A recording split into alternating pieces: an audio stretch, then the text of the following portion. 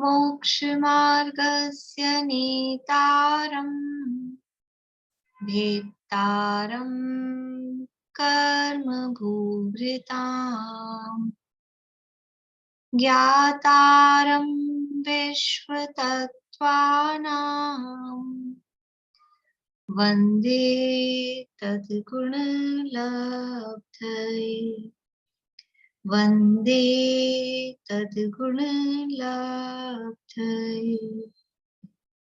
मोक्ष मार्ग के नेता एवं कर्म पर्वतों के भेदक और विश्व के सब तत्वों के ज्ञायक चेतन संवेदक सद्गुण आप समान प्राप्त हो यही भावना भाकर देव विनय पूर्वक करूं वंदना बारंबार जिनेश्वर देव बारंबार जिनेश्वर देव।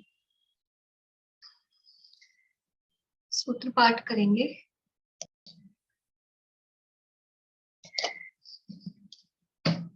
गाथा इम्पोर्टेंट है ना, या तो आप वहाँ में भेज दीजिए क्योंकि हमने पढ़ा नहीं है कार्तिक की अनुप्रेक्षा, तो हम हिंदी वाली याद कर लेंगे आप। ठीक, देखिए तत्वार सूत्र नामक महाशास्त्र है आचार्य उमा स्वामी द्वारा रचित, और इसके पहले अध्याय की चर्चा अपन कर रहे हैं, जिसके अंतर्गत प्रमाण की चर्चा यहाँ चल रही है। मोक्ष मार्ग का प्रकरण दिया कि मोक्ष का मार्ग क्या है, सम्यक दर्शन ज्ञान चारित्र्य मोक्ष का मार्ग है। वो सम्यक दर्शन का स्वरूप बताया और फिर इनको जाने कैसे। सम्यक दर्शन का स्वरूप जो है सत्वार श्रद्धानम, तो इस मोक्ष मार्ग को और इन तत्वार्थों को जाने कैसे, तो उसको जानने के उपाय बताए। कौन कौन से उपाय बताए? तत्वार्थों को और मोक्ष मार्ग को जानने के कौन कौन से उपाय बताए गए हैं?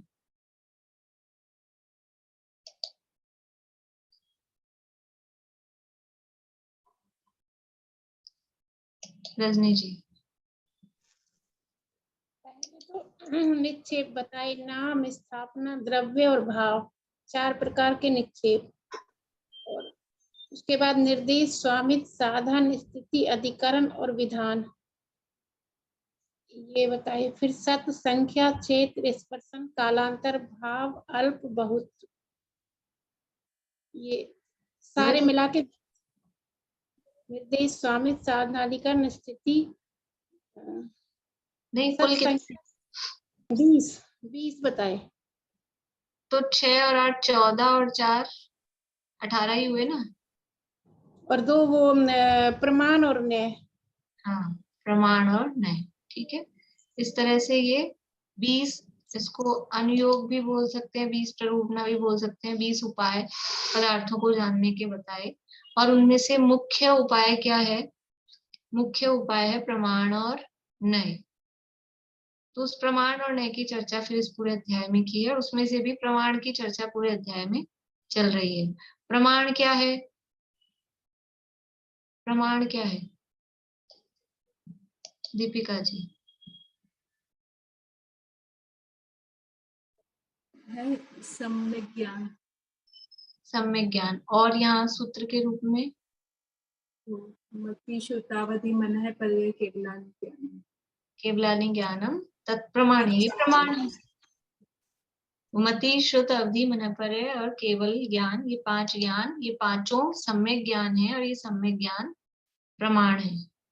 तो उनकी चर्चा, मति ज्ञान की चर्चा की, फिर शुद्ध ज्ञान की चर्चा की, अवधि और मन परे ज्ञान की चर्चा अपन ने की। इनमें फिर आचार्य ने सूत्र में ही इनमें तुलना भी बताई, जो भेद थे मन परे ज्ञान के भेद, उनमें क्या अंतर है आपस में, और अवधि ज्ञान और मन परे ज्ञान में क्या अंतर है, ये चर्चा अपनी हो गई थी।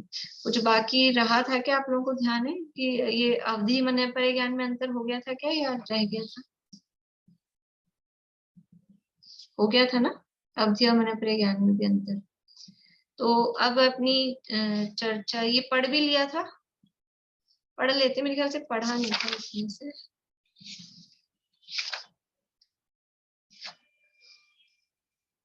इसमें से पढ़ लेते हैं। 25 नंबर का जो सूत्र है उसका जो नीचे का अपनी बुक में जो दिया है वो पढ़ लेते हैं।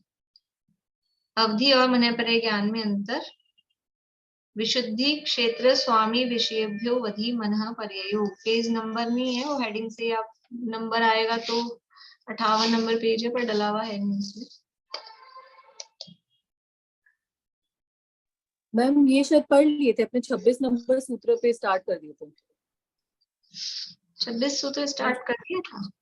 हाँ, उसका आपने स्टार्टिंग में बताया था कि मति और शुद्ध ज्ञान सभी द्रव्यों को जानता है बट कुछ ही पर्यायों को जानता है, इतना खाली बताया था।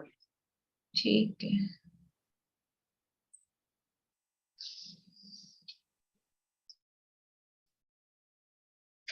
ठीक है। तो अपन 26 नंबर सूत्र से पढ़ते हैं। पांचों ज्ञानों के विषय।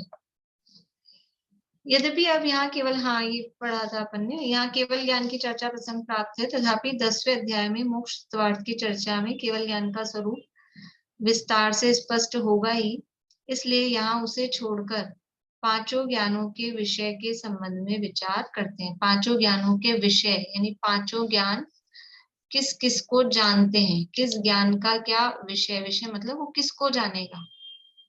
जैसे इंद्रियों के विषय है कि स्पर्शन इंद्रिय के विषय क्या है, स्पर्शन इंद्रिय के विषय क्या है अनिता आंटी?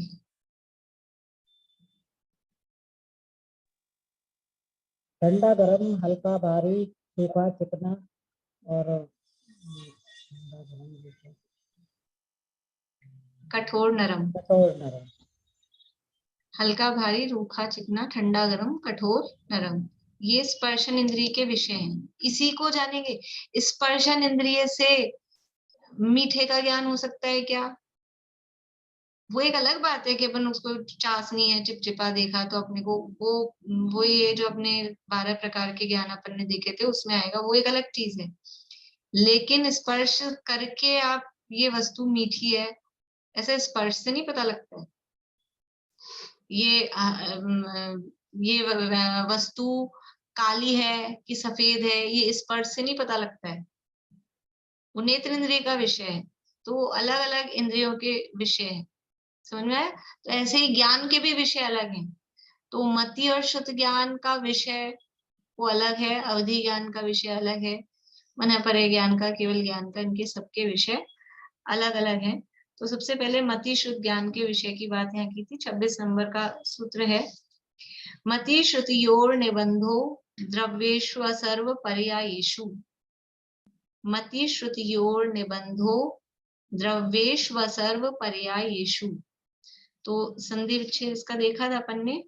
मति श्रुतियोः विसर्ग आएगा, जो ऊपर रह बना है ना निबंध में, ऊपर रह है रेफ, वो विसर्ग बनता है। मति श्रुतियोः निबंधो द्रव्येषु असर्व पर्यायेषु। द्रव्येषु असर्व पर्यायेषु, तो पर्याय के साथ असर्व शब्द लगाया है, तो इससे ही ये अंडरस्टूड है कि द्रव्य के साथ में सर्व शब्द लगाए। यद्यपि लगाए या नहीं है सूत्र में, अपने को लगाना भी नहीं है, लेकिन वो अंडरस्टूड होता है। मतलब अंडरस्टूड मतलब अपने आप समझ में आती है वो बात।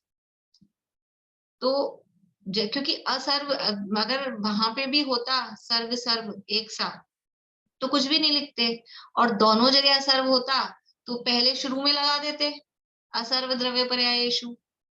द्रव्येषु असर्व पर्यायेषु दो बार विभक्ति लगानी पड़ी ना उनको।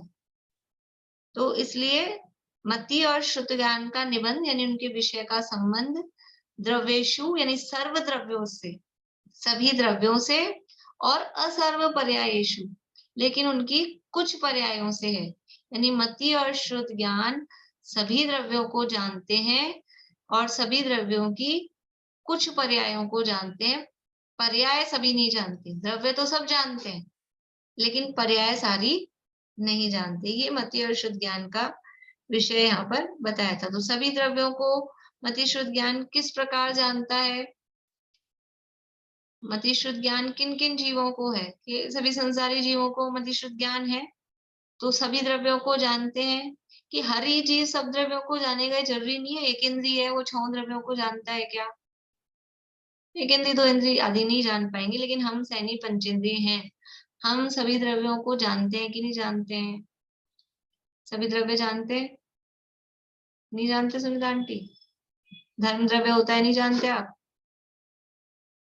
नहीं जानते? कौन कौन नहीं जानता है धर्म द्रव्य को? धर्म द्रव्य को कौन कौन नहीं जानता है? सब जानते हैं, धर्म द्रव्य को सब जानते हैं। रेखा जी, आप जानते हैं धर्म द्रव्य को?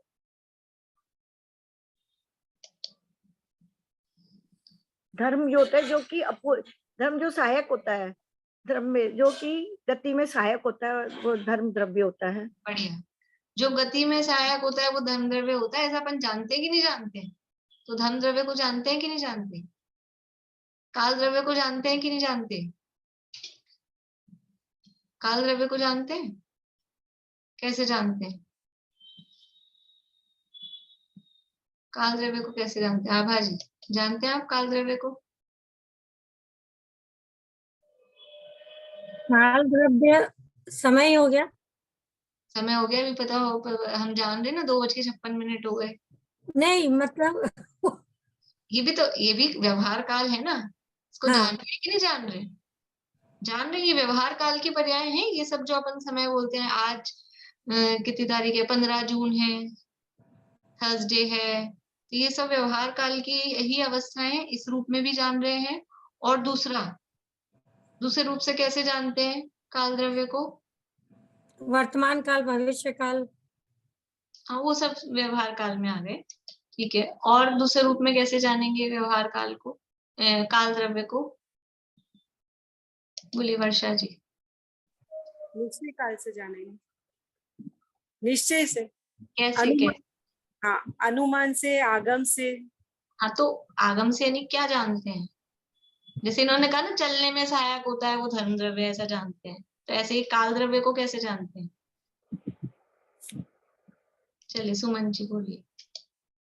हाँ, वर्तना जिसका गुण है, प्रति समय जो परिवर्तन हो रहा है। हाँ, जो परिणाम, प्रति समय जो परिणाम हो रहा है, मतलब जो सब द्रव्यों के परिणमन में जो निमित्त हो रहा है।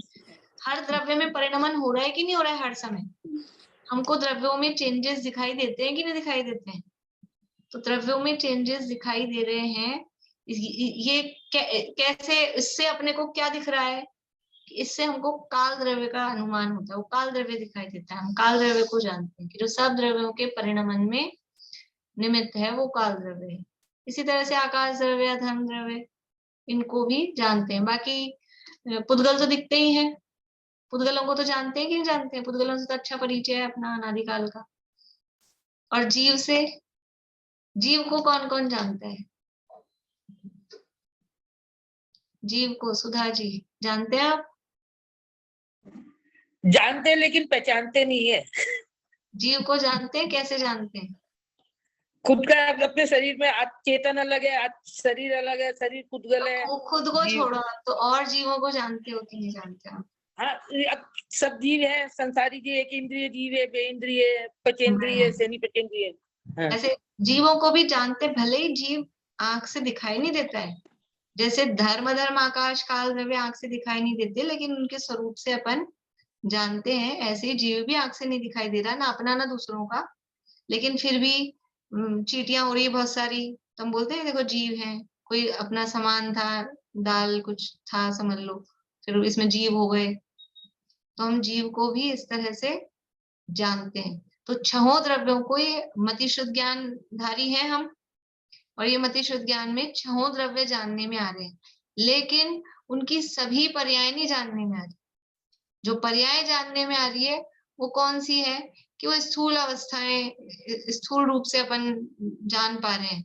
उनकी जो बारीक पर्याय हैं, वास्तव में जो उनकी अवस्थाएं हैं, धर्म आकाश काल की, जीव पुद्गल की भी, पुद्गलों की भी मोटी मोटी अपने को, ये नाखून पुद्गल है, तो ये नाखून हर समय बढ़ रहे हैं कि नहीं बढ़ रहे हैं? हर समय बढ़ रहे हैं, लेकिन अपने को कब दिखते हैं? कि 5-7 दिन में, 10 दिन में, जब थोड़े बड़े हो जाते हैं और ज्यादा, तब दिखते हैं अपने को। तो हम सूक्ष्म पर्यायों को नहीं जान पाते, स्थूल पर्यायों को जान पाते हैं। कुछ अधिक समय निकलता है तब अपन उसको जान पाते हैं। ये तो एक उदाहरण है, अन्य हर चीज की समझना है ऐसे ही। तो मति और शुद्ध ज्ञान यद्यपि सभी द्रव्यों को जानते हैं, जान सकते हैं, परंतु उनकी सभी सहवर्ती पर्यायों यानी गुणों और क्रमवर्ती पर्यायों को नहीं जानते, मात्र कुछ ही पर्यायों को जानते हैं। देखो पर्याय शब्द है यहाँ असर्व पर्यायेषु का, तो पर्याय शब्द दो तरह से यूज में आता है, उसको दो भेद कह सकते हैं, मतलब कॉमन नहीं है, बड़े ग्रंथों में समझ लो कहा जाता है। एक सहवर्ती पर्याय और एक क्रमवर्ती पर्याय। पर्याय को दो रूपों में कहा जाता है, एक सहवर्ती पर्याय और एक क्रमवर्ती पर्याय। तो सहवर्ती पर्याय का मतलब है जो एक साथ हो। तो एक समय में एक साथ सारी पर्याय हो सकती है क्या? एक समय में तो एक द्रव्य की एक ही पर्याय होगी ना, तो वो नहीं। यहाँ सहवर्ती पर्याय का मतलब है एक साथ जो रह सके, इसका मतलब है गुण।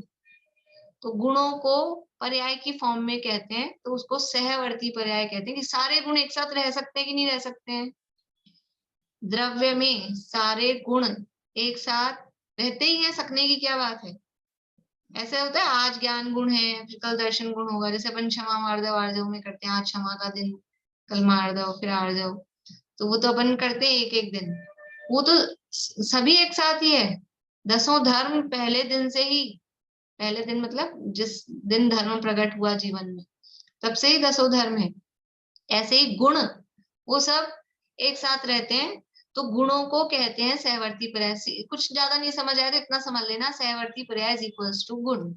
गुणों को सहवर्ती पर्याय भी कहा जाता है। जब भी पर्याय शब्द के रूप में द्रव्य को अलग करेंगे और गुण और पर्याय दोनों को एक में डालेंगे, तो पर्याय शब्द में दोनों को डाल देंगे, तो गुणों को कहेंगे सहवर्ती पर्याय, और जो पर्याय है एक्चुअल में उनको कहते हैं क्रमवर्ती पर्याय। क्रमवर्ती मतलब जो एक के बाद एक हो, 1 by 1 हो। तो जो पर्याय हैं वो 1 by 1 होती है। जैसे समझ लो मनुष्यपना, देवपना, नारकीपना, ये जीव की पर्याय है। तो एक साथ एक जीव, मनुष्य भी हो, देव भी हो, नारकी भी हो, ऐसा हो सकता है? ऐसा नहीं हो सकता है। जब देव था फिर देव मर के मनुष्य हुआ, मनुष्य मर के देव हुआ, कि नारकी मर के तिर्यंश हुआ, एक के बाद एक होगी ना। तो वो जो जिनको हम पर्याय कहते हैं, चाहे गुणों का परिणमन हो, मति ज्ञान रूप, ज्ञान गुण है, जीव द्रव्य है, ज्ञान गुण है, ठीक है। तो पर्याय क्या होगी उसकी? कीमती ज्ञान, श्रुति ज्ञान, अवधि ज्ञान, ये उसकी पर्याय है ज्ञान गुण की। जीव द्रव्य है, दर्शन उसका गुण है, तो पर्याय क्या होगी? चक्षु दर्शन, चक्षु दर्शन, अवधि दर्शन, ये उसकी पर्याय है ना। जीव द्रव्य है, श्रद्धा उसका गुण है, तो पर्याय क्या होगी उसकी? सम्यक दर्शन, मिथ्या दर्शन, ये उसकी पर्याय होती है। जीव द्रव्य है, चारित्र उसका गुण है, तो पर्याय क्या होगी? सम्यक चारित्र, मिथ्या चारित्र, इस रूप में ले लो, तो ये उसकी पर्याय है।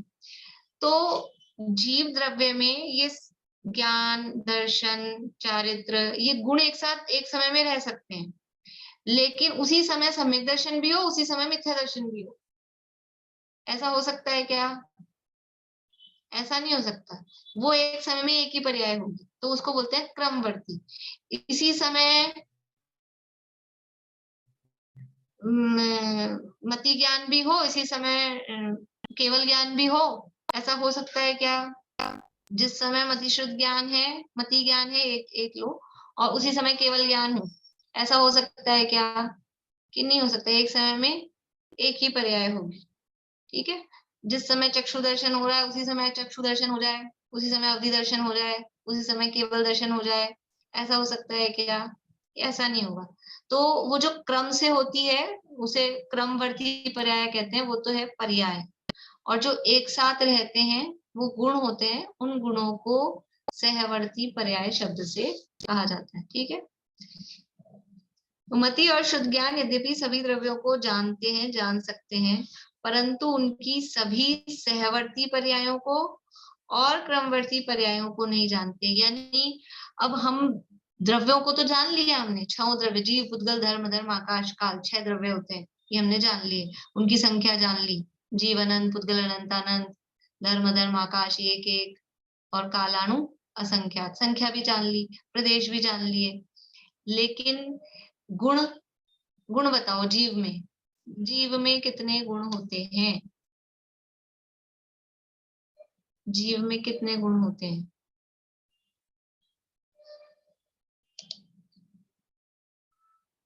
बोलो पारुल, कितने गुण होते हैं जीव में? अनंत। अनंत। नाम गिनाओ। सारे नहीं गिना सकते, कुछ गिनाओ तो सही। ज्ञान, दर्शन। अभी बोले थे ना 3-4 मैंने।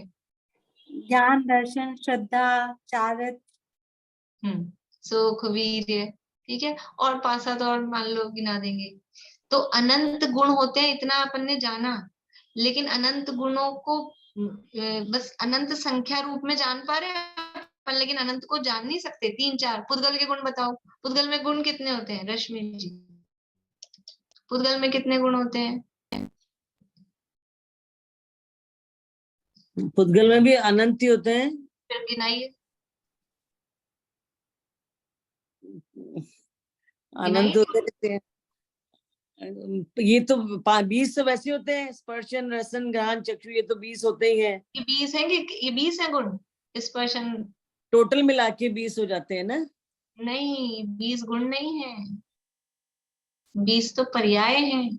हाँ 20 पर्याय, सॉरी 20 पर्याय है। गुण तो अनंत है। गुण क्या है? गुण तो अनंत, अनंत तो है। अनंत में से गिनाने हैं ना 2-4, तो अपने को इतने से तो सीखे हैं अपन ने। सुमन जी, आप बोलेंगे पुद्गल के गुण? अरे जानना, देखना। पुद्गल का, अरे रे बोलिए पद्मा जी। स्पर्श, रस, गंध, वर्ण। बढ़िया। स्पर्श, रस, गंध, वर्ण, ये पुद्गल के गुण है ना। और फिर स्पर्श की 8, रस की 5, गंध की 2, वर्ण की 5, वो पर्याय हैं उसकी। तो पुद्गल में गुण अनंत है, लेकिन हम 5वां गुण गिनाओ। अब तो 4 ही नहीं आ रहे थे, हम 5वां कहाँ से बताएं? 4 ही नाम नहीं आ रहे थे अपने को। चलो जीव पुद्गल के तो 4-4 आते हैं अपने को। धर्म द्रव्य के गिनाओ। गुण कितने धर्म द्रव्य में? धर्म द्रव्य में भी अधर्म अनंत है, अधर्म द्रव्य में भी अनंत है, आकाश काल सब में अनंत गुण है। द्रव्य कहते किसे हैं? अनंत गुणों का समूह, गुणों के समूह को। तो एक दो गुण का कोई समूह बनता है? 4 दाने आपको दे देना, कहीं लड्डू बनाओ, 4 दानों का लड्डू बनता है कि चाहिए उसमें कुछ? तो ऐसे अनंत गुणों का समूह वो द्रव्य है, लेकिन अनंत गुणों को नहीं जानते। 2-4 जीव के, 2-4 पुद्गल के, धर्म का तो एक गति हेतुत्व, स्थिति हेतुत्व, बस इसके अलावा अपने गुण शब्द नहीं आएगा दूसरा। ज्यादा करो तो सामान्य गुण गिना दो 6, वो किसी को नहीं आया आइडिया। 6 सामान्य गुण तो सब में ही होंगे ना, वो भी तो गुण है उसके। तो कुल मिला के हम 10-12 से ज्यादा नहीं बता सकेंगे। तो अनंत गुणों को नहीं जानते है ना। मति और शुद्ध ज्ञान यद्यपि सभी द्रव्यों को जानते हैं, जान सकते हैं, तो द्रव्यों को तो सबको जान रहे हैं, परंतु उनकी सब पर्यायों को, तो सब पर्यायों को मतलब सब गुणों को भी नहीं जानते, और गुणों की जो अवस्थाएं हैं उन अवस्थाओं को भी, सब अवस्थाओं को नहीं जान, गुणों का जो परिणमन हो रहा है। 3 चीजें समझ में आई अभी, द्रव्य, गुण, पर्याय।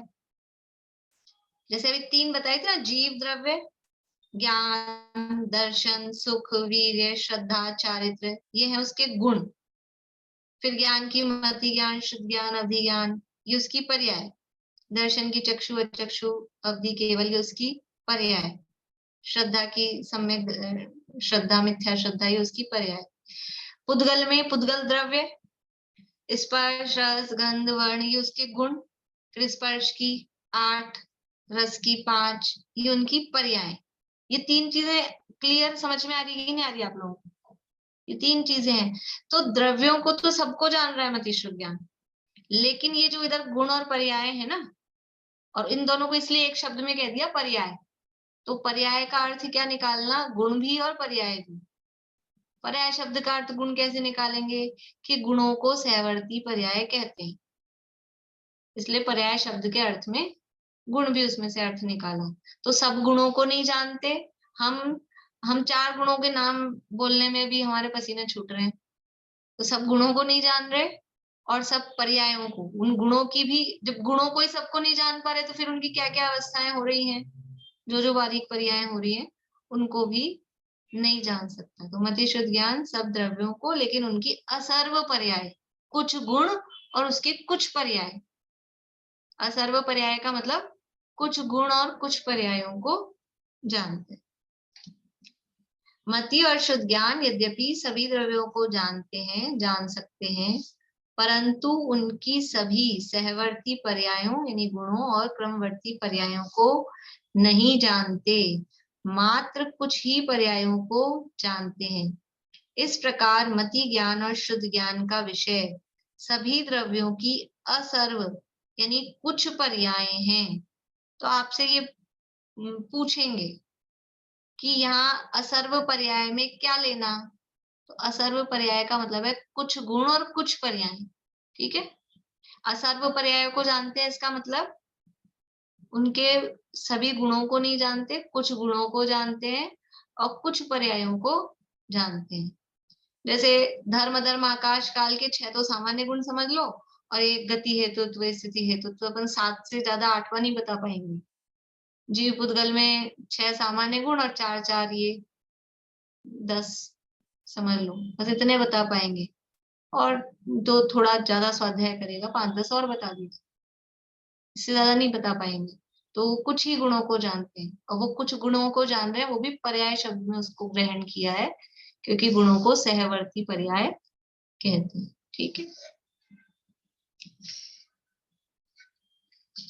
इसमें किसी को कुछ दिक्कत तो नहीं, समझ में आई ना बात? आगे बढ़े। अब आगे है अवधि ज्ञान का विषय। रूपेषु अवधे, सूत्र है रूपेष्ववधे। रूपेष्ववधे संधि सहित बोलेंगे, रूपेष्ववधे संधि विच्छेद होगा इसका। रूपिषु अवधे यानी अवधि ज्ञान का विषय क्या है? रूपिषु यानी रूपी पदार्थ। देखो अभी अकेला रूपिषु बोलने से कैसे समझ में आएगा कि ऊपर जो कहा था द्रव्येषु, तो वो जो द्रव्येषु में से केवल रूपी द्रव्येषु, ऐसा अर्थ उसमें लेना है। क्योंकि सूत्र है, सूत्र का मतलब होता है संक्षिप्त कथन, शॉर्ट में कहना। संक्षिप्त कथन को सूत्र कहते हैं। तो यार शॉर्ट से शॉर्ट में मतलब जो बात हो जाए वैसा यहाँ की कहा जाता है। अवधि ज्ञान मात्र रूपी यानी पुद्गल पदार्थों को ही जानता है, अतः अवधि ज्ञान का विषय रूपी पदार्थ पुद्गल और उसकी कुछ पर्याय हैं। अवधि ज्ञान का विषय जो रूपी पदार्थ है, रूपी पदार्थ, रूपी किसे कहते हैं कि स्पर्श रस गंध वर्णवंतः पुद्गला, और वो पुद्गल ही रूपी है। इसमें स्पर्श रस गंध वर्ण पाया जाता है, उसी को रूपी कहते हैं, उसी को पुद्गल कहते हैं। अवधि ज्ञान मात्र रूपी यानी पुद्गल पदार्थों को ही जानता है, अतः अवधि ज्ञान का विषय रूपी पदार्थ पुद्गल और उसकी कुछ पर्याय हैं। अभी कुछ पर्याय कहाँ से लाए? यहाँ तो खाली रूपीषु अवधि लिखा है, तो रूपी पदार्थ और उसकी सब पर्याय लिखना चाहिए था ना, समझ जाना चाहिए था अपने को कि रूपीषु अवधि का है कि रूपी पदार्थ वो अवधि ज्ञान का विषय है। तो जितने रूपी पदार्थ हैं सबको और उनकी सबको पूरा अच्छे तरह जानता है, लेकिन नहीं, क्योंकि ऊपर लिखा है असर्व पर्यायेषु साथ में, तो वो नीचे उसका अर्थ समझना है। द्रव्येषु की जगह तो लिखा है रूपीषु, तो सभी द्रव्यों को नहीं जानता, ये उसमें से अर्थ निकला। ऊपर वाले सूत्र में कहा था द्रव्येषु यानी सभी द्रव्यों को, और यहाँ कहा है अकेला रूपीशु, केवल रूपी द्रव्यों को जानता है, रूपी द्रव्यों को जानता है, लेकिन असर्व पर्यायेषु, ये ऊपर के सूत्र से अपने को वो बात चली आ रही है, ऐसा समझना चाहिए।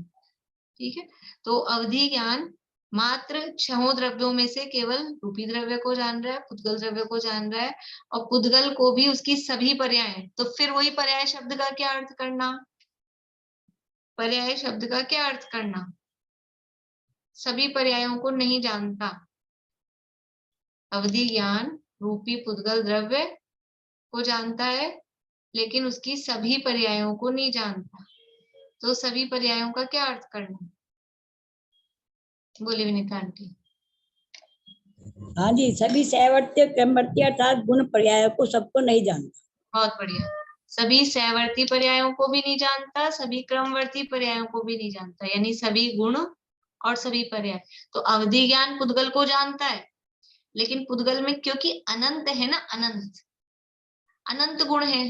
कितने गुण होते हैं एक द्रव्य में, किसी भी द्रव्य में, प्रत्येक द्रव्य में अनंत गुण है, और हर गुण की हर समय में एक एक पर्याय हो रही है।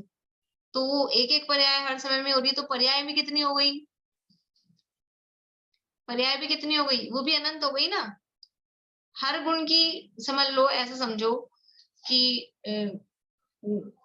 उदाहरण में हर गुण है, एक एक समझ लो नल लगा है, तो अनंत गुण है यानी अनंत नल लगे हैं, तो हर नल चालू है, तो उसकी धार भी कितनी आएगी,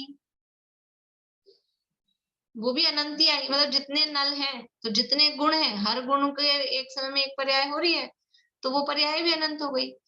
तो अनंत वो अवधि ज्ञान का विषय नहीं होता है, अवधि ज्ञान का विषय अनंत नहीं होता है। अनंत जो है वो कौन से ज्ञान का विषय है, वो केवल ज्ञान का ही विषय होता है।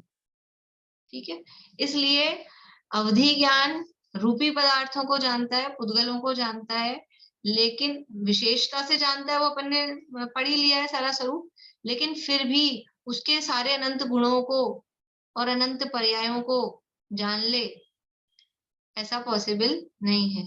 तो रूपीशु अवधे यानी अवधि ज्ञान का विषय रूपी पदार्थ पुद्गल द्रव्य है, लेकिन पुद्गल द्रव्य की असर्व पर्याय, सभी पर्याय उसका विषय नहीं है। सभी पर्यायों को यानी सभी गुण और सभी पर्यायों को नहीं जानता। अपने बुक में लिख लीजिए, सभी पर्याय मतलब सभी गुण और सभी पर्याय, क्योंकि अपने को वो हर जगह लिख लीजिए ताकि ख्याल में रहे, वरना वो पर्याय शब्द से केवल पर्याय ख्याल में आती है। तो पर्याय मतलब सभी गुण और उसकी कुछ पर्याय, यानी गुण और पर्याय, सभी गुण और पर्यायों को नहीं जानता है। आगे, तदनंत भागे मनः पर्ययस्य, तदनंत भागे मनः पर्ययस्य, तो संधि विच्छेद होगी, तद अनंत भागे, तद द हलंत वाला, और अनंत भागे यानी तद यानी तद का मतलब उससे, उसके, तद यानी उसके, तो किसके, कि पिछले सूत्र में जिसकी चर्चा चल रही थी, किसकी चर्चा चल रही थी पिछले सूत्र में, पिछले सूत्र में चर्चा थी अवधि ज्ञान की। तो तत् यानी उसके अनंतवे भाग, यानी अवधि ज्ञान का जो विषय था उसके अनंतवे भाग वो मनः पर्याय ज्ञान का विषय है। अनंतवे भाग मतलब उसके अवधि ज्ञान का जितना विषय है, यानी जितना वो जानता है, उसका अनंत व सूक्ष्म भी कर दो, उसके अनंत हिस्से कर दो, इतनी बारीक भी हो जाए, तो उस अनंतवे भाग सूक्ष्म बातों को भी मनः पर्याय ज्ञान जानता है, वो तदनंत भागी। तो अवधि ज्ञान किसको जान रहा था, कौन से द्रव्य को जान रहा था, छह द्रव्यों को, सुधा जी छह द्रव्यों को जान रहा था अवधि ज्ञान। हाँ, रूपीशु अवधि का है ना, केवल रूपी पदार्थ को, छहों को नहीं, रूपी पदार्थों को जानता है। तो उसके अनंतवे भाग मनः पर्याय जान रहा है, तो रूपी पदार्थ को यानी पुद्गल को ही और पुद्गल की असर्व पर्यायेषु को जान रहा था अवधि ज्ञान, यानी कुछ गुण और कुछ पर्यायों को। उसके भी देखो अनंतवे भाग में ये नहीं करना कि वो कम जान रहा है, ऐसे मैंने अपन ने अंतर किया था तब भी देखा था कि अवधि ज्ञान ऐसे फैला हुआ जानता है, फैलाव अवधि ज्ञान का ज्यादा है, लेकिन मनय परय ज्ञान का फैलाव कम है पर उसकी डेप्थ ज्यादा है, वो सूक्ष्म को गहरे बारीक बात को भी जान लेगा। अवधि ज्ञान है वो स्थूल स्थूल चीजों को जान पाता है, लेकिन मनय परय ज्ञान है वो अनंतवे भाग बारीक सूक्ष्म भी बात हो, यानी उसके जो पर्याय हैं वो ऐसे सूक्ष्म भी हो तो भी, क्योंकि मनय परय ज्ञान किसको जान रहा है, मन में स्थित विकल्प रूपी पुद्गलों को। तो मन के विकल्प स्थूल होते हैं कि सूक्ष्म, बाहरी जो पुद्गल है और जो मन के विकल्प हैं, कौन स्थूल होगा कौन सूक्ष्म होगा? ये बाहरी पुद्गल तो स्थूल है, स्पर्श रस गंध वर्ण से अपने को इंद्रियों से पकड़ में आ रहे हैं। मन के विकल्प इंद्रियों से पकड़ में नहीं आते, आंख से दिखते हैं किसी के मन के भाव, मन के विकल्प नाक से कान से, तो ये इंद्रियों की पकड़ में नहीं आते, वो मन से ही थोड़ा अपन समझ लो गैस कर पाते हैं, तो सूक्ष्म है चीज। और मन की बातें अपने आप में ही सूक्ष्म है, दूसरे के मन को जानना, खुद के मन की नहीं पता लगती कई बार, तो खुद ही बोलता है व्यक्ति अपने आप से ही, पता नहीं मैं क्या चाहता हूँ, मुझे समझ नहीं आ रहा है। तो कभी कभी तो खुद के मन की पता नहीं चलती तो दूसरे के मन की, तो वो बात है बारीक सूक्ष्म, तो उससे अनंतवे भाग सूक्ष्म बातों को मनः परय ज्ञान जानते हैं। इसमें जो रूपीशु अवधे कहा तदनंत भागी मनः परय से कहा, तो अवधि और मनः परय ज्ञान का विषय एकमात्र रूपी पदार्थ यानी पुद्गल है, लेकिन पुद्गलों को जानता है, पर अगर पुद्गलों में किसी जीव को रैप कर दिया जाए, किसी जीव को पुद्गलों में लपेट दिया जाए, तो वो उन पुद्गलों को जानेगा, तो उन पुद्गलों के सहारे उस जीव को भी जानता है, यानी पुद्गलों में बद्ध जीव का भी वो ग्रहण करता है। जैसे कि संसारी जीव हैं, संसारी जीव है, हम लोग हैं, हम प्योर जीव हैं, शुद्धात्मा हैं या पुद्गलों से बंधे हैं? स्वभाव से शुद्ध आत्मा है वो अलग बात है, लेकिन वर्तमान में हम जैसे सिद्ध भगवान शुद्ध आत्मा है प्योर, वैसे हम नहीं है। ये बाहर में औदारिक शरीर, अंदर में तेजस कार्बन शरीर, वो कर्म, ये सब बंधे हैं, तो पुद्गलों में बद्ध है। ये जो जीव है ये पुद्गलों में बद्ध है, तो अवधि ज्ञान ऐसे पुद्गलों में बद्ध जीव को भी जानता है, यद्यपि पुद्गलों को ही जानता है, उसका विषय रूपी पदार्थ ही है। जीव को यानी जीव के जो आत्मा के प्रदेश हैं उनको नहीं जान पाएगा, लेकिन जीव की अवस्थाओं को, उनकी कुछ पर्यायों को, क्योंकि आपने सुना होगा पुराणों में, कहानियों में कि मुनिराज थे, वो बैठे थे, फिर कोई व्यक्ति आया, फिर उन्होंने अवधि ज्ञान से जान के उसके पूर्व भाव बताए। तो जब वो पुद्गलों को जानते हैं तो फिर इस जीव के पूर्व की अवस्थाएं, उसकी पूर्व की पर्यायें कैसे जान ली उन्होंने? अवधि ज्ञान का विषय तो रूपी पदार्थ होता है। समझ में आ रही है बात? अपने मन में खुद को प्रश्न उठना चाहिए था ये सूत्र पढ़ के कि अवधि ज्ञान का विषय तो रूपी पदार्थ होता है, और हमने कहानियों में ऐसे पढ़ा है पुराणों में कि मुनिराज ने उस जीव के पूर्व भाव बताए, उस जीव के पूर्व भाव बताए। तो जीव के पूर्व भाव मतलब जीव की पर्याय, तो जीव की पर्यायों को कैसे जाना? ये तो मात्र रूपी को ही जान सकता है ना, उसी की पर्यायों को जान सकता है। तो इसलिए कहा कि अवधि ज्ञान का विषय मात्र रूपी पदार्थ ही है, पुद्गल ही है, लेकिन पुद्गलों में निबद्ध जो जीव भी है, यानी पुद्गलों से सहित जो जीव है, ऐसे संसारी जीव, उस संसारी जीव की भी कुछ पर्यायों को अवधि ज्ञान, मनः परय ज्ञान, क्योंकि मेन तो काम यही है ना अवधि ज्ञान का। ज्यादा तो यूज कहाँ दिखता है अपने को अवधि ज्ञान का कि इनको ये भाव बताया, वो भाव बताया, बाकी इन पुद्गलों की उसमें कहाँ कोई किसी को इंटरेस्ट रहता है कि इस कंप्यूटर में क्या परिणमन हो रहा है अंदर का, वो जान सकते हैं, लेकिन वो मतलब क्या है उससे जानने? प्रयोजन तो जीव की पर्यायों को जानने से ही है ना, इस जीव का कैसे कैसे क्या परिणमन हुआ, उसी से प्रयोजन है। इसलिए पुद्गलों में बद्ध निबद्ध जीवों को भी जानता है, ये इसमें विशेष ध्यान रखने वाली बात। ठीक है, मन पर्याय ज्ञान अवधि ज्ञान से अनंत में भाग सूक्ष्म रूपी पदार्थ को ही जानता है, और वह सूक्ष्म रूपी पदार्थ दूसरे के मन में स्थित विकल्प हैं, विचार हैं। इससे यह बात भी सहज सिद्ध है कि मन में उठने वाले विकल्प व विचार भी रूपी हैं, पौद्गलिक हैं। मन के विचार रूपी होते हैं, पौद्गलिक होते हैं। कैसे पता लगता है कि मन पर्याय ज्ञान में वो मन के विचार जाने जाते हैं, और मन पर्याय ज्ञान का विषय रूपी पदार्थ है, इसलिए वो मन के विचार भी रूपी हैं, मूर्तिक हैं। ये समझ में आता है। जैसे अपन किसी चीज को देखते थे और बिल्कुल ऐसी बढ़िया चमकदार ऐसी दिखती थी, अपन समझते थे पीतल का है। मान लो कोई हैंडल है या कुछ भी ऐसी चीज है, तो हम समझते थे ये पीतल का है या स्टील का है, सोने का तो नहीं, लेकिन ऐसा अपन समझते थे। और फिर किसी दिन अपने हाथ में मैग्नेट आया, और उस पर चिपक गया, तो अपने को क्या समझ में आ जाता है? चुंबक। कोई हैंडल था, अच्छा पीला चमकदार दिखता था, और अपन इसको समझते थे पीतल का है, और चुंबक उस पे चिपक गया, तो अपने को क्या समझ में आ जाता है? लोहे का है। इससे ये चुंबक इस पे चिपक गया, इससे ये पता लग रहा है कि ये लोहे का है, भले ही रंग कोई सा भी उसका दिख रहा हो, भले ही चमक रहा हो, कुछ भी हो। तो ऐसे ही ये मन के विकल्प मन पर्याय ज्ञान में जाने जा रहे हैं, पकड़े जा रहे हैं।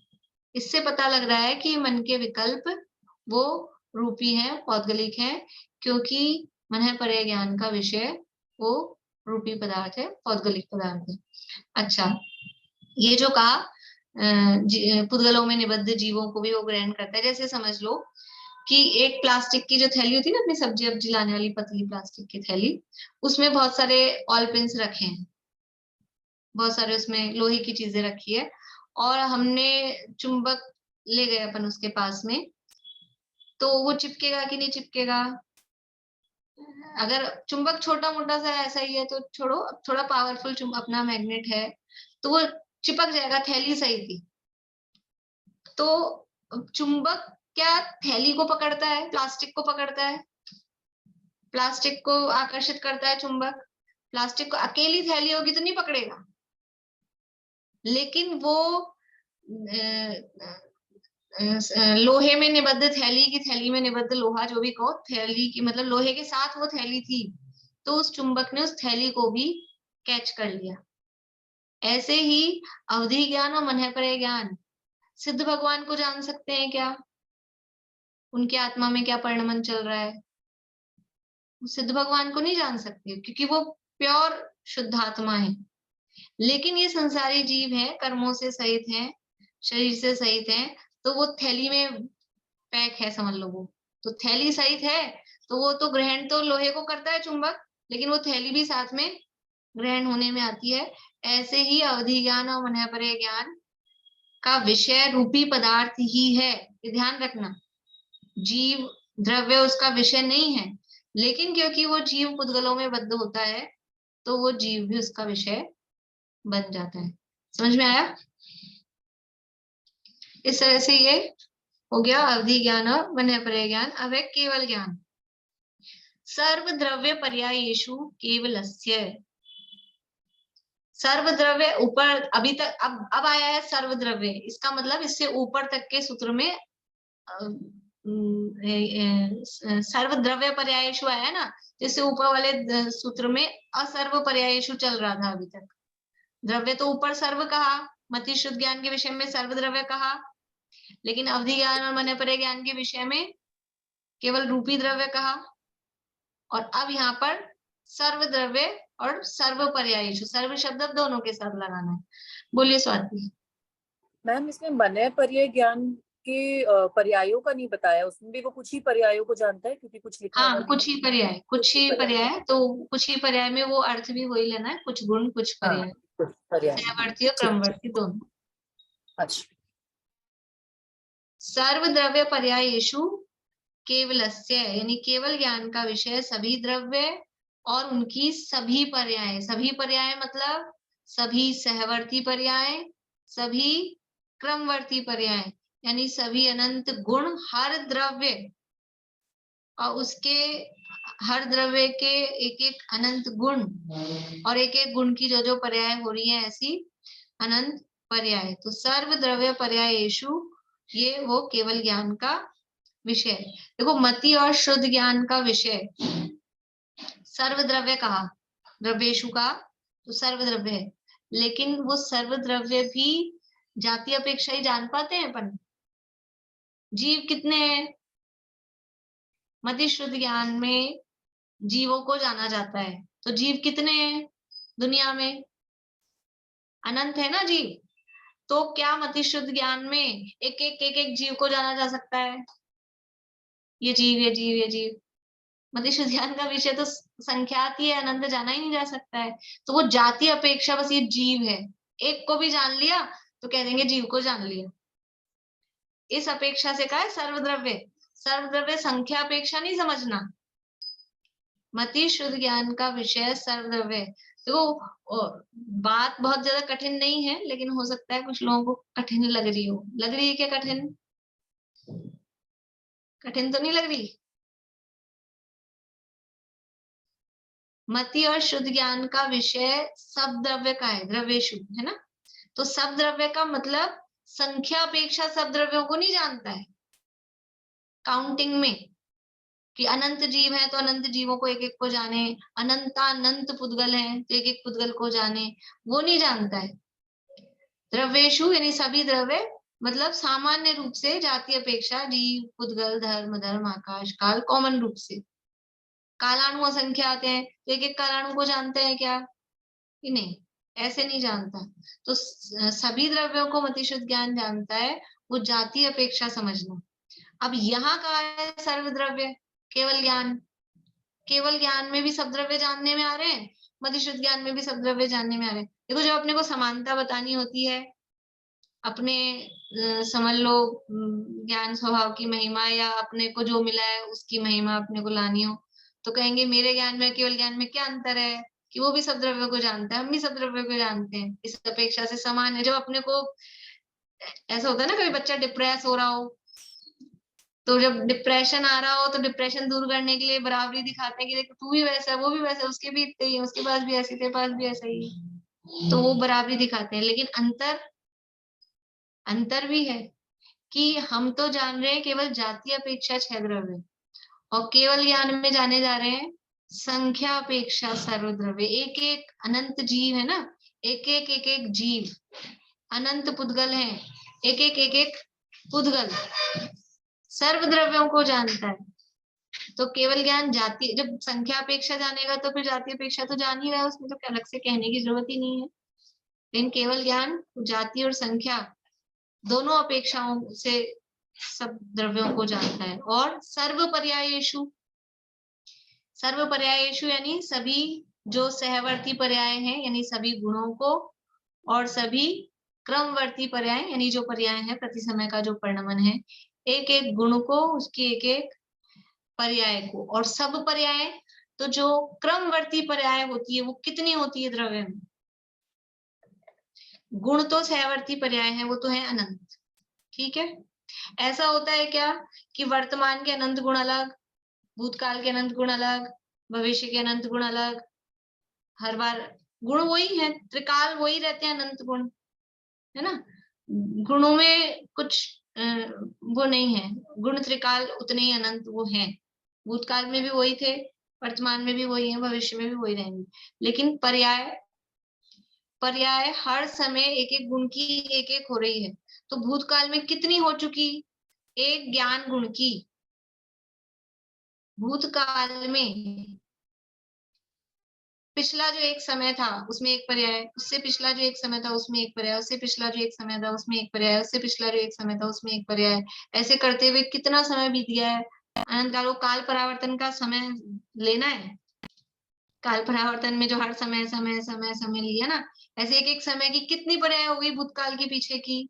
तो अपने पास एक ही शब्द है ले दे के, अनंत, है ना, अनंत हो गई।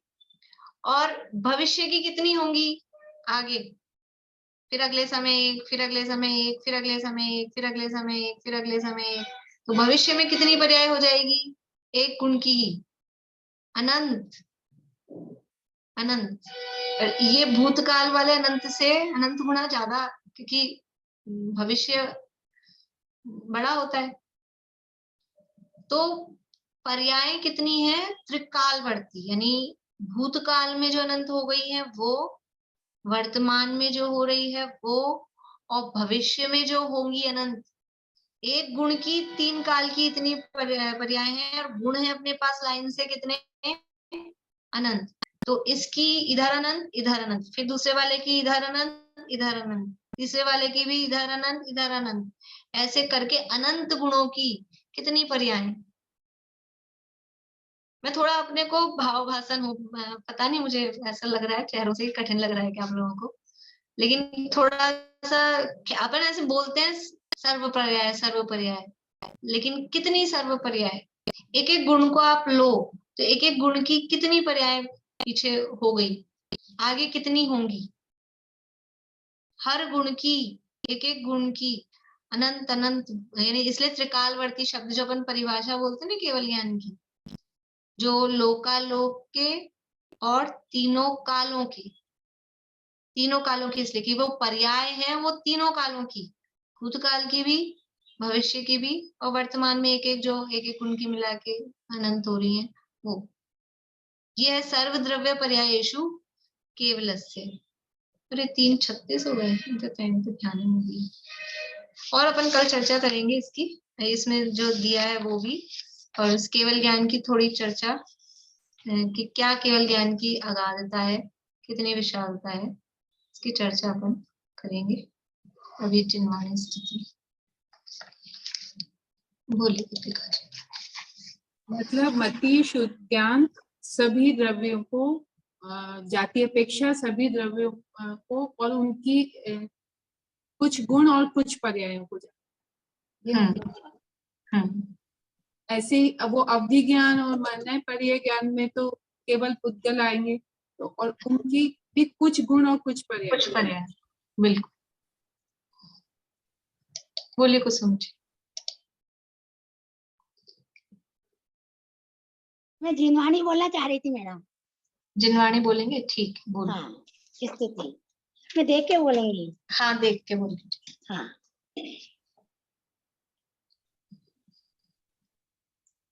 साची तो गंगा ये भी तेरा भुवानी, अवेक्षण धारा निज धर्म की कहानी, जामे अति विमल अगाध ज्ञान पानी, जहाँ नहीं संख्यादीपा की निशानी। साची तो गंगा ये भी तेरा भुवानी, अवेक्षण धारा निज धर्म की कहानी, सब तो जामे अति ही विमल अगाध ज्ञान पानी, जहाँ नहीं संशय आदि पंख की निशानी। साची तो गंगा ये भी भगवानी, सप्तभंग जहाँ तरंग कुशलत सुखदानी, संत चित्त मराल रमे नित्य ज्ञानी। साची तो गंगा ये राघवानी, जाके अवगानते शुद्ध होए प्राणी, भाग चंदनी घटमय प्राणी। साची तो गंगा वीत राघवानी, अवेक्षण धारा निज धर्म की कहानी।